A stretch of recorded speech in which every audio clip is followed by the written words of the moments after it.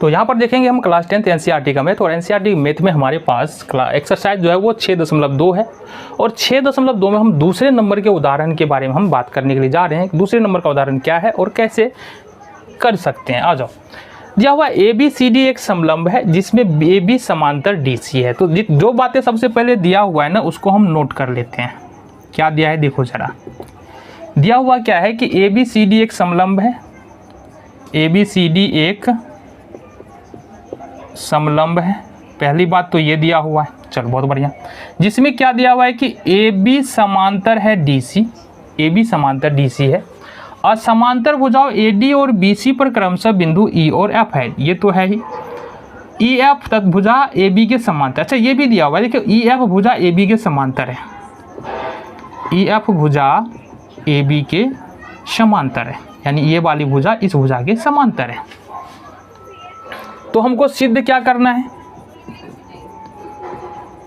सिद्ध करना है, गौर से देखना क्या है, AE बट्टे ED और बराबर में BF बट्टे में FC, ये हमको साबित करना है। क्या मुश्किल होने वाला है प्रश्न? बिल्कुल नहीं होने वाला है, बिल्कुल आसान सा प्रश्न है। अगर तुमको थेल्स प्रमेय और थेल्स प्रमेय का विलोम दोनों ही याद है, थेल्स प्रमेय और थेल्स प्रमेय का विलोम, तो ये दोनों याद है, साथ ही साथ थोड़ा सा समांतर के बारे में तुमको जानकारी है, समांतर क्या होता है, तो तुमको ये प्रश्न आसानी से बन जाएगा। आओ जरा हम समझ लेते हैं। प्रमाण में देखते हैं हमने क्या किया है ना। पहले सबसे पहले प्रमाण से पहले हम बनावट ही डाल देते हैं ताकि तुमको समझ में आए। बनावट में हमने क्या किया, AC को मिला दिया। क्या किया हमने, AC को मिलाया, बहुत बढ़िया। AC को हमने क्या किया, मिला दिया, और इसको हमने नाम दे दिया G। क्या नाम दे दिया, G। आ जाओ प्रमाण में देख लेते हैं G, गौर से देखना। यहाँ पर अगर हम बात करें, दिया है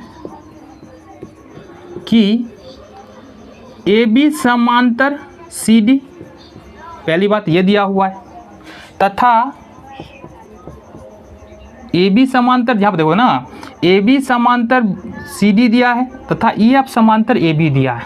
क्या दिया है, EF समांतर AB, EF समांतर AB। देखो AB यहाँ भी है, AB यहाँ भी है, इसका मतलब CD समांतर EF हो जाएगा। क्या हो जाएगा, CD समांतर EF हो जाएगा। इसका मतलब क्या है, मान लो 3 रेखाएं हैं, L है, M है और N है। यदि L समांतर M है, L समांतर N है, इसका मतलब होगा कि M समांतर N।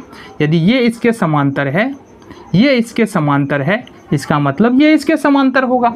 ठीक है, तो इसका मतलब यदि AB समांतर CD है, EF समांतर AB है, तो AB दोनों जगह आ रहा है, इसका मतलब CD समांतर EF। यहाँ पर समझो, AB समांतर EF है, AB समांतर DC है, इसका मतलब क्या होगा, EF समांतर CD हो जाएगा। क्या हो जाएगा, इसलिए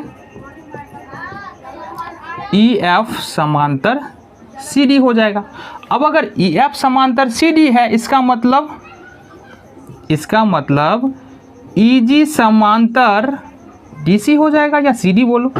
अरे ये EG समांतर होगा ना DC का, या EG ले लो, या इतना बड़ा भी रेखा लेंगे तो क्या होगा, वो DC के समांतर ही होगा। तो हम ले रहे EG समांतर DC हो जाएगा। ठीक है, अब त्रिभुज में देखो ADC में, इसमें देखेंगे EG समांतर क्या निकाला हमने अभी EG समांतर DC है। अब EG समांतर यदि DC है तो इसका मतलब AE बट्टे ED और बराबर में हो जाएगा AG बट्टे GC हो जाएगा। ठीक है, ये क्यों हो रहा है, प्रमेय 1 से। ये समीकरण हम फर्स्ट मान लेते हैं। आ जाओ आगे आ जाओ। यहाँ पर देखेंगे दिया है कि EF समांतर AB, ये तो प्रश्न में ही दिया है कि EF समांतर है AB के। यहाँ पर देखो ना, प्रश्न में दिया हुआ है EF समांतर है AB के। अब जब EF समांतर AB है, इसका मतलब क्या हो गया, इसका मतलब GF समांतर AB होगा, GF समांतर AB हो जाएगा। अब त्रिभुज इसमें देखेंगे BAC में, या BAC ले लो, त्रिभुज BAC में क्या है, जी एफ समांतर है, जी एफ समांतर है ए बी के, ए बी के। इसका मतलब हम क्या लिख सकते हैं, इसका मतलब क्या लिख सकते हैं, सी जी बट्टे जी ए, जैसे इधर से शुरू कर ले, सी एफ बट्टे एफ बी, सी एफ बट्टे एफ बी, या सी जी बट्टे जी ए, सी जी बट्टे जी ए।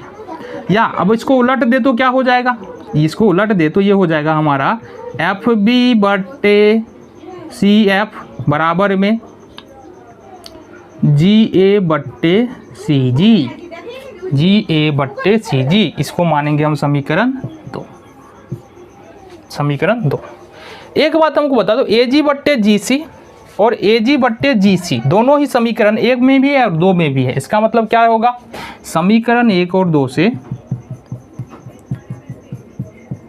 एक बात दोनों में है, इसका मतलब ए ई बट्टे ई डी, ए ई बट्टे ई डी ये बराबर हो जाएगा एफ बी बट्टे सी एफ के। क्या साबित करना था, एफ बी बट्टे सी एफ, है ना, थोड़ा लिखा है वो देख लेना, कोई दिक्कत नहीं है, इसे लिख सकते हैं। ये हो गया तुम्हारा प्रूव्ड, साबित हो गया तुम्हारा।